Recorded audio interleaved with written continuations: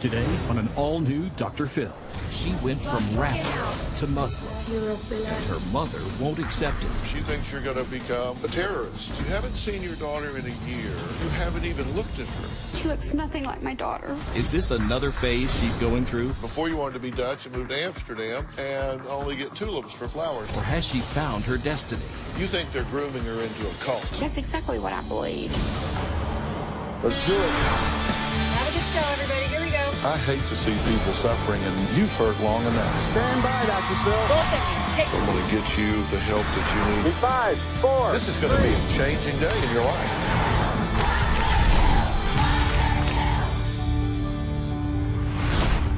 This is Kristen, also known as MC Router. She's an internationally recognized rapper who's notorious for being promiscuous and chugging a case of beer on stage at every performance. This is Abby. She's a devout Muslim, speaks fluent Arabic, doesn't drink alcohol, abstains from sex, and prays 5 times a day. Now, it may seem like they have nothing in common, right? Well, they do. Actually, they are the same person.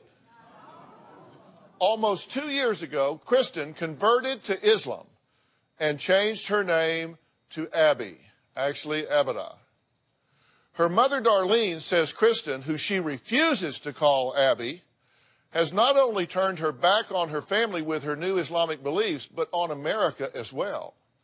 She's worried her daughter may turn into a terrorist. Take a look. My daughter has quit speaking to me because I don't accept her religion. I grew up as a Southern Baptist in Texas. I reverted to Islam in 2012. I changed my name to Abida a week after I became Muslim. It means worshiper of God. My mother, she refuses to call me anything but Kristen. When I see Kristen being Muslim, I think about Al-Qaeda, terrorist bombings, Osama bin Laden. I never hear anything positive about them, ever. My mother is very ignorant. She has like no qualms about being racist. I have gay friends, a lot of gay friends. I know they have some problems sometimes with gay bashing and everything, but you've never heard of a gay man getting another gay man to strap a bomb to his chest and walk in a mall.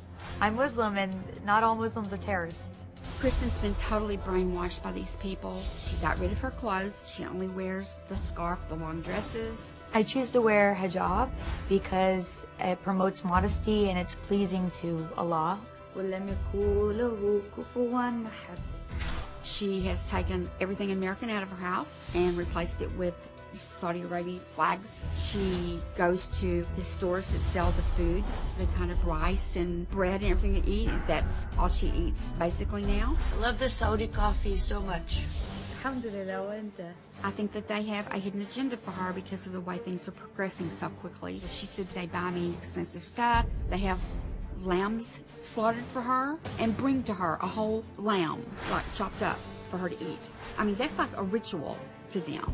I pray a lot that she's going to see what she's doing and step out of it, because I've lost my daughter to this religion. Well, Abby says becoming Muslim is a much safer choice than her previous profession. Kristen used to be a pretty famous rapper. I got popular enough doing the MC Router stuff that someone made a Wikipedia for me. I got invited to play shows in Holland and Europe. I did a West Coast tour, played Whiskey A Go Go, where the Doors and Guns N' Roses have performed. I'm gonna destroy every part of my PC. I was really proud of her. I would tell her all the time, Kristen, I think this is what you were meant to do. When I was performing as MC Router, I came very close to being an alcoholic. My shtick for my stage performance was that people would bring me beer. My sets would be an hour, and I could knock out 24 beers in a set. People came to see me get drunk. She was never an alcoholic or even near an alcoholic at all. And I would know because I've been in the medical field for my entire life. I pick up on drugs, alcohol. I work for a treatment center, and I pick up on it really fast. But she posted a lot of it on the internet, some very provocative things on the internet. On stage, it was very vulgar and R-rated. I would make out with random fans on stage. I would spit beer on people in the front row. I was sleeping with random fans or club owners, and I'm shocked that nothing bad happened to me that could have from that. After I became Muslim, I had to stop drinking. I had to stop having promiscuous sex. I spend my time reading the Quran and praying on a constant basis. Alhamdulillahi Rabbil Alameen. MC Router is the complete opposite of who I am today. I believe that her being a rapper is much, much safer than her being a Muslim. No one's going to attack her or coerce her to do something she doesn't want to do because she's rapping and having a rapper's lifestyle. Now, Darlene hasn't seen her daughter in over a year, so she's coming out now. Good to meet you. Good to meet you. Right here.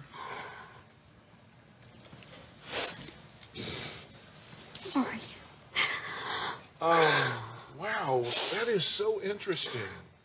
You haven't seen your daughter in a year, and I actually stepped way out to greet you so I could get out of the way so you could see your daughter for the first time in a year, and you haven't looked at her yet. I can't. You haven't seen her a year. This is your child, and she's right in front of you. She doesn't look like my daughter. Really? I mean, it hurts me to see her like this because she looks nothing like my daughter. She's changed a lot. How do you feel? Did you find that odd? Yeah, it's really strange. That you haven't seen her in a year and she comes out and won't look at you till I make her? I'm the same person inside. It's just I've changed things in my life for the better, so she should be happy. I think any parent would be happy if their kid went from drinking and partying and sleeping around to being a more mature, not drinking, healthier person. What is it that she's doing now that you object to? She's changed her whole life. She does not see any of her old friends that are, I will say, American. She only hangs out with the Arab community. And you're saying you don't want to be around those people because you're afraid that there's going to be some type of terrorist activity. Well, I think unintentionally. With her only hanging around with them, and they give her a lot of attention. They buy her expensive gifts. It's like they're just like bringing her more and more in. You think they're grooming her into a cult? Exactly. That's exactly what I believe. That's what you think. She's being groomed. Yes, especially with the skills that she has about the computers. She's a very good shooter, guns. She speaks 3 languages. And you say she drives around with an I Heart Saudi Arabia sticker on her car, and you're afraid somebody's going to, like, shoot her or Absolutely. run off the road. All right, well, here's what she says. She says that you have turned your back on America. You've taken down the American flags, now only Saudi Arabia flags. She says that you say Islam is 110% conviction where you need to be in your beliefs, and she's concerned you've gone too far. What do you say to her about her fears? She thinks you're going to become a terrorist. I mean, are you? No. Are you looking to be a terrorist? No, I mean, I understand what kind of information she gets about Islam based on the media and movies and TV shows and things like that. But that's the problem. She won't take time to look at what is really Islam and how peaceful the religion is. You think somebody's going to hurt her, or you think she's going to get swept up in some movement and do something terrible? Exactly. That's what I believe is is it going one to or happen. both? It's both. Really. So you really equate Muslims with terrorists? Well, I do, and I'm not a stupid person. I mean, when I look things up on the internet, I'm not looking for the bad things I do. I'm just looking at general things, you know. And there's more bad things that I see than there are good things that I see. I think it's a cult. I think they bring people into it because she's been given so much attention from these people. All right, well, coming up, is Abby just going through a phase? Darlene says you wouldn't believe some of the other phases her daughter has gone through. Well, let's find out what those are when we come back.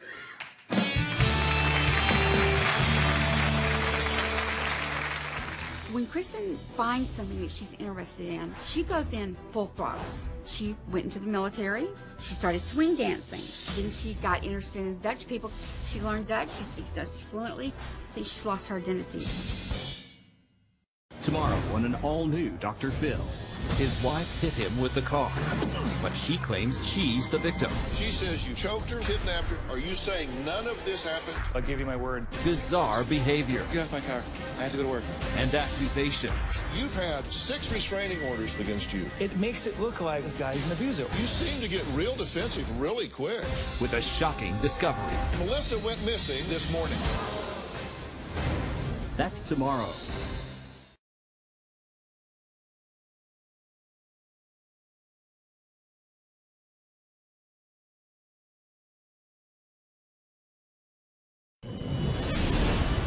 After I finish school in a year, inshallah, I plan to move to Saudi Arabia. The Saudi government requires a lot of medical exams, a lot of legal paperwork, and I've done all of that. I already have all my ducks in a row for any time that I want to go over there. I don't plan or see myself coming back to the States. That was Abby, who says she cannot wait to finish school so she can move to Saudi Arabia and never look back. Now, her mother, Darlene, says she is terrified her daughter may be brainwashed by her new friends, and that she prays this new religion is just another one of her many, many phases. Take a look. When Kristen finds something that she's interested in, she goes in full throttle.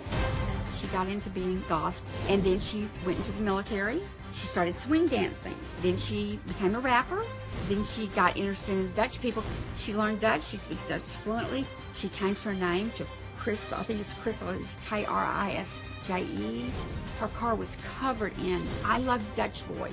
She went to specialty places and bought all Dutch food. When Kristen converted to being a Muslim, I didn't think too much about it because she's gone through so many phases. But my worst fear right now is that this Muslim phase that she's going through is not a phase. Assalamu alaikum. And that she's going to do whatever she has to do to get to Saudi Arabia so she can believe that she's really Muslim. I think she's lost her identity. Okay, so she says that you got into swing dancing. Did you, like, convert to that? I mean, is that what she's saying? I guess. I mean, I don't know if swing dancing is a cult, but... And in the military? Yeah. Was that a phase? It was, but only because I just wasn't fit for military life. That wasn't me. And then music and rapping? Yeah. You just all into that? Yeah. But the thing about it is that these things aren't really phases. I think they're experiences, and I still speak Dutch on a daily basis. I talk with all my Dutch friends. So now you want to be Muslim and you want to move to Saudi Arabia. Before you wanted to be Dutch and move to Amsterdam and only get tulips for flowers. Are you kind of a all or none sort of girl? I'm all or nothing. I mean, whatever it is, I'm all or nothing. If you go to Saudi Arabia, you understand that there are different cultural mores and folkways there, right? That women have a different role there. Yeah, I mean, women can't drive, which right. I would love to be chauffeured around. You know, I hate driving. I mean, there's a lot of less freedom for women, but I don't mind that because people from Saudi Arabia, they come here and they get to have freedom. They get to do whatever they want. But me, I've already done everything, right? I've already went through all these phases or whatever, and now I'm ready to straighten up my life. Well, here are the rules for women that we've been able to determine from research and talking to folks. You can't drive. Okay. You can't be alone with an unrelated man who is not a sanctioned relative. Okay. And you don't have any relatives over there, so that means you cannot be in the presence of any men alone. Unless I have like a wali or something, like someone on my behalf to be my guardian, like an imam or something who can act as my wali. You can't travel alone without the approval of the male guardian. Yeah. You can't sponsor a non-Saudi husband. You can't visit a graveyard. You can't attend Friday prayers in a mosque unless there is a women's section. That's to protect the women, though. That's why we dress modestly, so men don't look at us in a sexual way. So when they tell you can't go to the mosque and pray, it's better for the women to pray at home, actually. What is your tattoo on your hand here? It says Geek Life. Geek Life? Yeah. Yeah, what does that mean? Like, you know, like gangsters, they get like thug life, you know, because they're thug. Well, I was on tour, and I wasn't very thug, so I was like, well, I'm a geek. I, like, do computers and stuff, so I don't know. I was stupid. You know, really young. She also has a Christian tattoo. What do you think a Muslim's going to do when they see a Christian tattoo on her? Yeah, will there be problems with that? Show it to us. The Islamic community in my city, they reject me a lot. I get talked to pretty harshly by Muslims in my community because of my tattoos. The only problem is that I got them a long time ago, and they're really expensive to remove. And I've tried to save money to remove them. I just can't, and there's nothing I can do about it. It's really expensive. All right, well, we're going to take a break. Is this a legitimate, heartfelt, spiritual conversion, or is Abby rebelling against her family? Should Darlene learn to accept her daughter's new faith? Put yourself in this situation. If you were the mother and this was your daughter, what would your questions be? What would you be thinking?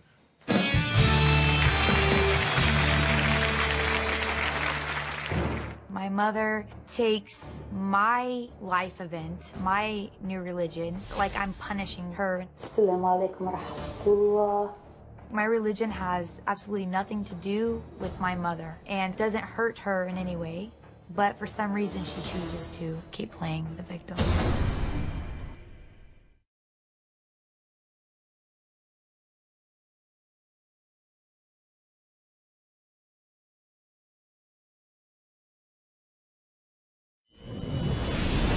A former Disney worker says she was harassed at work because of her Muslim headscarf. She claims when she wouldn't remove it, she was fired. People in my city do assume that I'm a terrorist just because I'm wearing like all black and a scarf on my head. I go to grocery stores and people are like, hey, go back to your own country. And I'm like, hey man, I was born and raised in Texas. I think the general public is very racist towards Muslims. Well, Abby says since converting from Southern Baptist to Islam, she's experienced racial profiling. Her mother, Darlene, says that's what she gets for wearing her religious garments in public. Her mother also says she is the perfect recruit for any terrorist organization. She says her daughter's smart, fluent in 4 languages, a sharpshooter with the military training, and easily manipulated. Has anyone tried to influence you in some way to be disruptive to the American way of life or capitalism or? No, I don't, I've never even had a conversation about any sort of politics or anything with any of my Muslim or Middle Eastern friends. How do you feel about America? Well, it's a good place. The education here is really good. I really don't like America that much. I mean, I appreciate the freedoms here and stuff, but it's not my cup of tea. Yeah, what about it bothers you? I don't know. I think I like being around like old culture and traditions, and I think America is just kind of a big melting pot, and there's not a whole lot of tradition here. There's not a whole lot of culture. I mean, when I was over in Holland, you see old buildings. I've been there since God knows when, and the people have like coffee breaks at 10 a.m. every day, and everything is just like very traditional. And I don't know, I'm just bored here, I guess. I mean, who knows? I'm not closed-minded. I could move somewhere and then miss America. I mean, I don't know. I have to experience that. Well, Darlene admits she doesn't know much about the Islam religion, so we invited Adina Lekovich, the Director of Policy and Programming from the Muslim Public Affairs Council, to join us. And also joining Adina is a member of our staff, Alden, who was raised in a Muslim home. Adina, let me start with you. There are huge misconceptions about Muslims, correct? I think sometimes politics and culture and religion get swirled together, and we get a misunderstanding out of things. And I'm a mother. I can understand where Darlene is coming from and wanting to protect her child and know where her child is coming from. But when we learn about faiths and other cultures, primarily through television screens and film screens, we're going to get a distorted picture of what's actually going on, when the truth is that Islam is actually an Abrahamic faith. We believe, just like Jews and Christians, in all the same prophets. We believe in God. We believe in the Day of Judgment. Truly, Islam is about believing in God and doing good in this world towards all people, not just Muslims, but serving all people. And you are not as covered as she is. Why is that? Because the hijab, or any form of covering your hair or your body, is a symbol of modesty. And every woman has the right to choose in her own way how she practices that. And in fact, the vast majority of Muslim women in the world don't wear any kind of scarf. Now, Alden, you've been raised by a Muslim family here in the U.S., right? Yeah, I'm first generation here. So my parents left Lebanon in the 80s and raised me here. Yeah. People usually think if you're Islamic, you're anti-American. But there's so many Muslim Americans here, and we've assimilated into the culture. Like she said, not everyone would wear the headscarf, and my mother doesn't. No one in my family does. And if anything, you know, the moral values they've taught me is that of empathy, that of understanding, and that of just seriously just putting others before you and kind of not underestimating another person's battle. And that's kind of like the underlying statement there. It's not so much of like aggressiveness or what everyone else tries to, you know, slide it into. All right, just to be clear, people that would equate Muslim and Islam with terrorism would be making a huge mistake and focusing on a mini fraction of that population. True? Certainly. Again, the vast majority of Muslims, 99.9% of Muslims are on the good and straight path, who are concerned about getting their kids to school on time. There are fringe elements in any group who cast a bad shadow on the rest of them. And we have, you know, as a Muslim, I'm against extremists like anybody else, and that goes against my faith. And that's what the vast majority of Muslims are all about. Are you moving to Saudi Arabia? I plan to. I've sent in some applications to some universities over there. Look, you understand she's an adult, right? Yes. So you can't dictate what she does. Absolutely. You can only influence what she does. Have a dialogue with your daughter. She won't. Yes, she will. When I try to talk to her, I want to learn about, you know, I mean, she doesn't want... That's not true. It is true. That's why we're not talking. But see, 80% of all questions are statements in disguise. And an awful lot of your questions are disguised statements, accusations, allegations, and indictments of her thoughts and decisions. And you need to realize that's not working for you. She's making a decision you don't like, so you've cut off communications with her.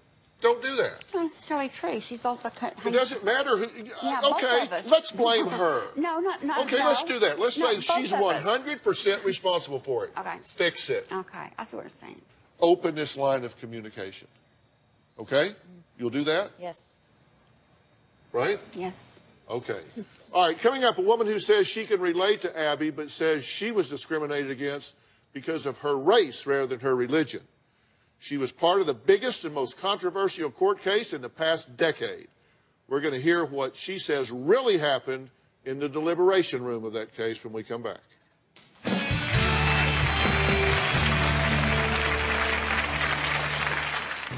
I was the only minority juror.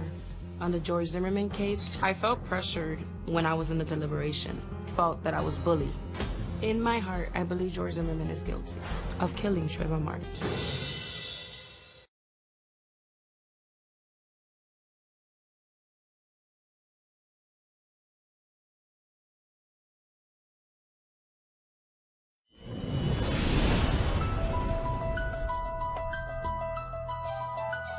I'm going to support the Trayvon family for life. We're here for the Trayvon Martin Foundation, here for Trayvon Martin's parents, Tracy and Sabrina. This is the second annual Trayvon Martin Foundation Remembrance Week. This weekend commemorates his birthday. It's important that we make sure that we have not forgotten about what has happened with Trayvon Martin and other kids. We want to make sure that we help other families. Well, it's been just over 2 years, if you can believe it, since unarmed 17-year-old Trayvon Martin was shot and killed by George Zimmerman on a dark, rainy night. Through the Trayvon Martin Foundation, Trayvon's parents recently hosted a peace walk and dinner honoring those who have shown their support. Now, Trayvon's case triggered a racial divide in our country, and many cases have since been compared to what happened. The Florida man charged with killing a teenager after an argument over loud music took the stand today. The case is being compared to the shooting death of Trayvon Martin. I have every right of self-defense, and I took it. Michael Dunn has pleaded not guilty to first-degree murder. He's accused of killing 17-year-old Jordan Davis outside a Jacksonville convenience store in 2012. Said, you're not going to kill me, you son of a... I shot. The Charlotte NAACP is asking that Officer Randall Carrick be charged with murder for the death of Jonathan Farrell. It is completely devastating. That officer shot him 10 times. Chestnut says Farrell had his hands up and was not threatening as he moved toward police. That is murder. A well-known civil rights group says the killing of a 13-year-old Milwaukee boy is much like Florida's Trayvon Martin case. 75-year-old John Spooner told police he shot Darius when the boy was taking out the trash. The coalition feels Spooner calculated a cold-blooded killing, even worse than Trayvon's accused killer, George Zimmerman. With news stories being paralleled to George Zimmerman on a regular basis, my next guest says it's impossible to not think about her role in his acquittal every single day. We now have a jury selected for the George Zimmerman trial. The jurors are all women, 5 white and 1 minority who may be Hispanic or black. After serving as a juror on the George Zimmerman case, my life has been ruined. I was sequestered for 3 weeks. I lost my job when I came back. I lost my freedom. I had reporters sitting in front of my house. The neighbors started looking at me different. I got a death threat on social media. Said that I was going to feel the same pain that Trayvon Martin's mother felt. I am now homeless and jobless. I feel like I'm a victim. When I was on the jury, I was treated different. I was the only minority juror. One of the jurors even made fun of the way I spoke. I felt pressured when I was in the deliberation. Felt that I was bullied. In my heart, I believe George Zimmerman is guilty of killing Trayvon Martin. He knew he was losing, and so he shot him. Were the injuries on Mr. Zimmerman's back of his head consistent with someone doing this? The law states that he was protecting himself. We had to follow the law. We, the jury, find George Zimmerman not guilty. So say we all. I believe that no one should punish me. I wasn't the one that pulled the trigger. I just don't want people to judge me because I didn't kill anybody. Well, Maddie is the only juror from the case to speak out publicly and reveal her identity. And also joining Maddie is legal analyst and attorney Lisa Bloom, who has written a new book that is, you cannot put this down, Suspicion Nation, the inside story of the Trayvon Martin injustice and why we continue to repeat it. An absolute compelling read. Lisa, it's good to see you. Maddie, thanks for being here. There were 6 women on this jury. Yes. And you were the only minority, correct? Yes. And the jury brought back a not guilty verdict, and that haunts you to this day. I'm a godly person. If you kill somebody, you're guilty. It's sad to say that because of a law that was written and it was described to me, that I had to follow this law against my own will. In my heart, I knew that he was guilty. But I couldn't use my heart. I had to use the law. And so you voted not guilty when you felt in your mind and heart that he was guilty. Yes. You know, Lisa, did she have a choice in the way she voted here? She didn't. And Maddie's very brave to speak out in the way that she is. I blame the prosecution in the state of Florida. I go through in the book the 6 biggest blunders they made. And putting it all together, they failed to connect the law and the facts that they had to give jurors like Maddie and the other jurors who wanted to convict a roadmap to conviction. The prosecutors made mistake after mistake in this case. I'll give you one of the biggest ones. George Zimmerman showed on a videotape that his gun was holstered behind him inside his pants. And he says he was lying on his back with Trayvon Martin on top of him, straddling him at the moment that Trayvon Martin saw the gun, reached for the gun, and threatened to kill Zimmerman. And Zimmerman says, at that point, I had to pull the gun and shoot in self-defense.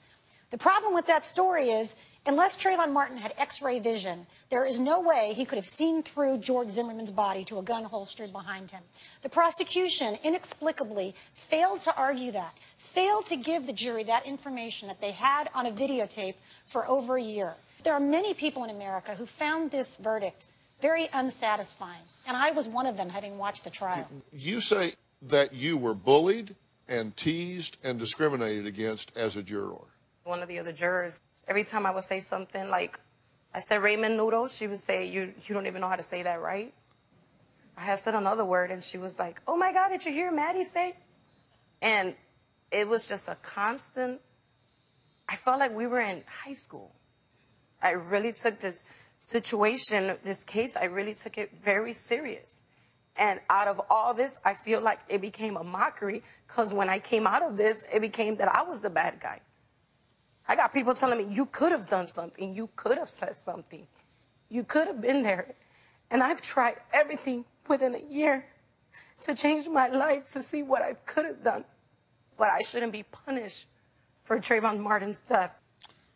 Well, let's take a break, and we're going to come back and talk about two really important things. I want to hear from Lisa, because according to her, the prosecution missed other critical evidence that could have gotten George Zimmerman convicted. We all want to know what that is. And then I want to talk to Maddie about what her life has been like since this verdict came back. We'll be right back.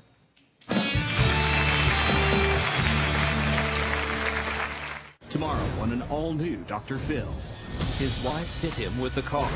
It's a marriage of wild accusations. You've had 6 restraining orders against you. And bizarre behavior. Get off my car. That's tomorrow.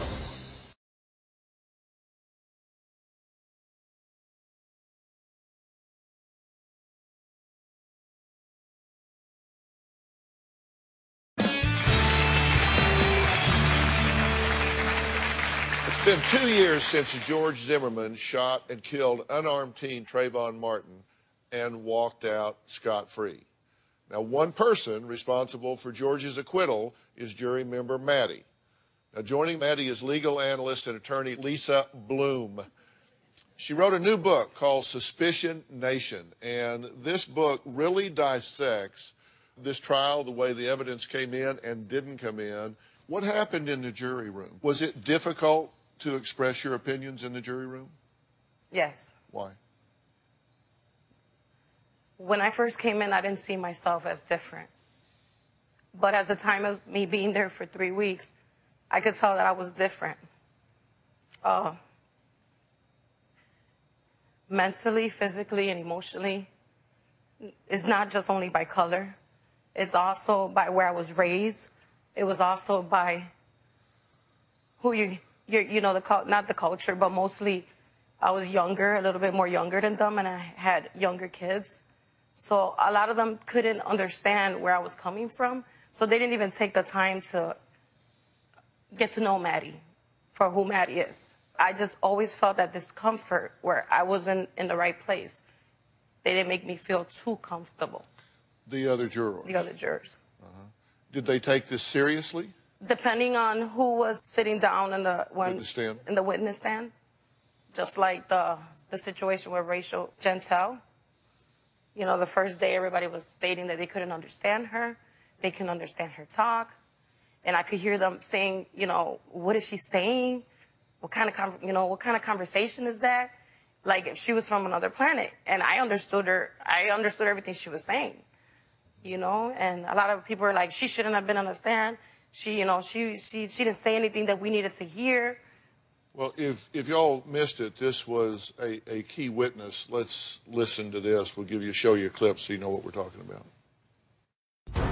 Prosecutors say Zimmerman racially profiled Martin and decided to take matters into his own hands. But the defense insists it was Martin who injected race into the confrontation. The teenager was on the phone with his friend Rachel Gentel and told her a man was following him. I had asked him how the man looked like.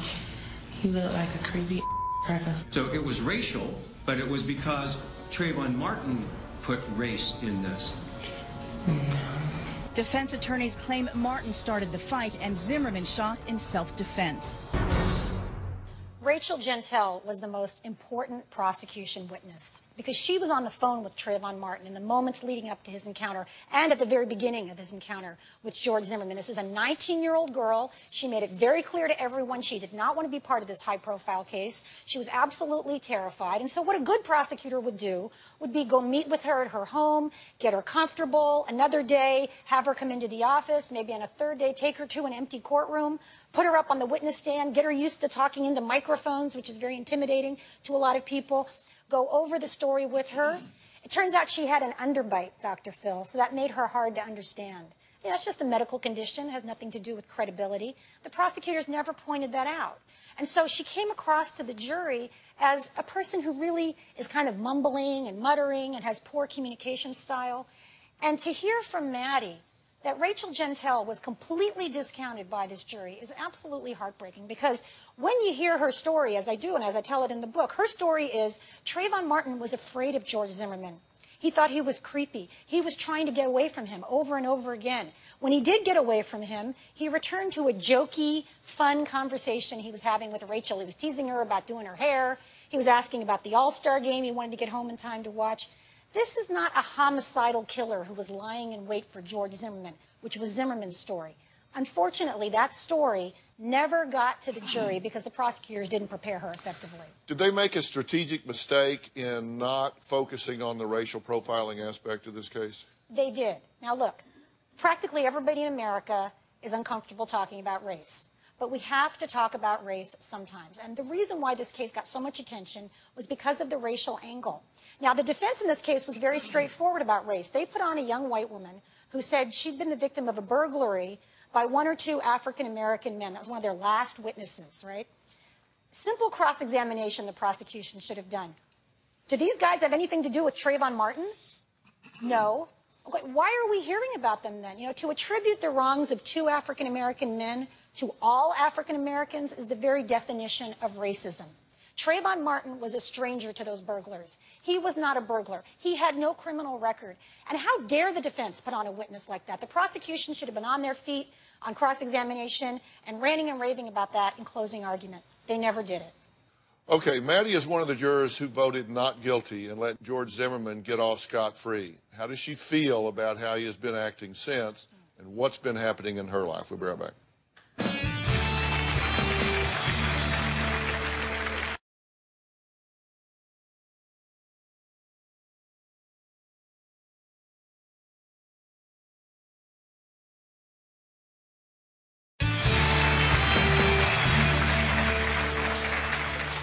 Well, the book is Suspicion Nation, and legal analyst and author Lisa Bloom is here. She has written this book because she is outraged about what happened in the Trayvon Martin case. And joining us also is Maddie. Maddie is one of the jurors in this case. She's one of the jurors that voted that George Zimmerman was not guilty.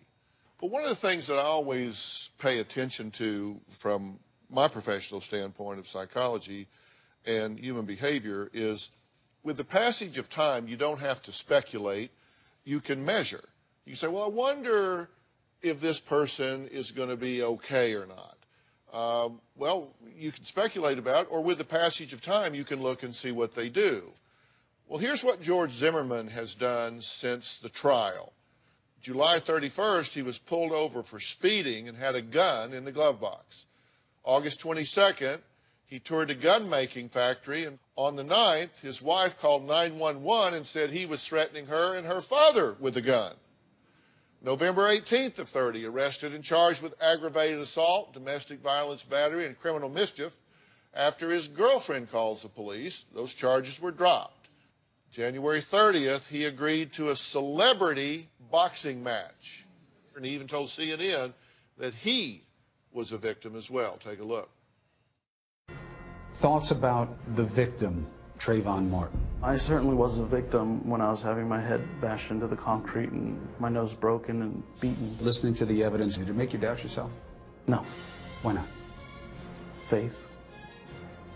In yourself or in God? No, God. I know that ultimately He's the only judge that I have to answer to. He knows what happened. I know what happened. So I leave it up to Him. Well, there you have it. So he's a victim as well. let's talk for just a minute about what the aftermath has been for you. You've received death threats. Yes. In what way, what form, what are people saying? I had a threat where someone expressed to me that I was going to feel the same feelings and the same hurt that Trayvon Martin's mother feels. I got an 18-year-old son and a 20-year-old son. And that that I was going to feel the pain. You've had to move. And where do you, I don't mean specifically, but do you have a house now? Are you homeless? What? I live with a friend who's allowed me and 8 of us live in a 1-bedroom apartment right now. 8 of you. It's just not fair. I shouldn't have to get blamed for someone else's actions. All right, coming up, we ask our viewers at home if they thought they were racist. The answers might surprise you. We'll be right back.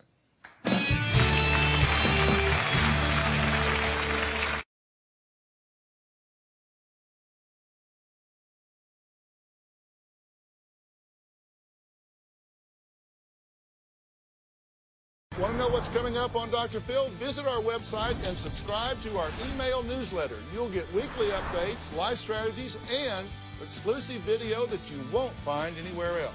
Plus, on drphil.com, you can see sneak previews of upcoming shows. Log on today. We wanted to see how many of you at home admitted to being racially biased. Now, we just put this up this morning. We've had over 26,000 responses in just a couple of hours. Do you find yourself using racial profiling? 41% said yes, 59% said no. We then ask, are there times when you find yourself being suspicious of someone because they are a minority? 46% said yes, 54% said no. This is something that continues to plague America in general, and it continues to play a role in the courtrooms. True? And this is one of the root problems in the Trayvon Martin case and the cases we continue to see. And I was fascinated to learn about the concept of implicit racial bias that I talk about in the book. So most of us think, I'm not racist, right? And consider that to be a horrible insult, which it is. But that doesn't get at the root problem, which is that we do have racial biases. We all walk around with them because we live in a culture with a lot of negative images of African Americans in particular. And there's a very clever test that you can take online to see whether you have implicit biases. You can't cheat the test. And when people take that test, about 70 to 80% of white Americans test that, yes, we have racial biases against African Americans. About 50% of African Americans have racial bias against African Americans. So the first step is sort of acknowledging that and understanding it. And then the second step is that we can move on from it. And that's the good news. Lisa's book is Suspicion Nation. And this is a compelling read. It is something that I really think makes people think. I think it's really going to make you think. So her new book, Suspicion Nation, the inside story of the Trayvon Martin injustice, and more importantly, why we continue to repeat it, is on sale now, and everybody in the audience is going home with a copy of the book, so you all get one. One doctor that doesn't discriminate is the medical team at Doctor on Demand. I'd like to thank them for assisting some of my team in preparation for the show.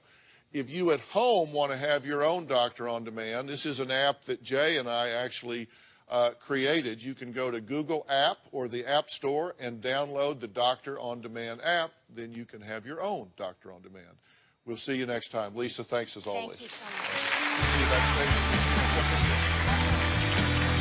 Dina, thank you.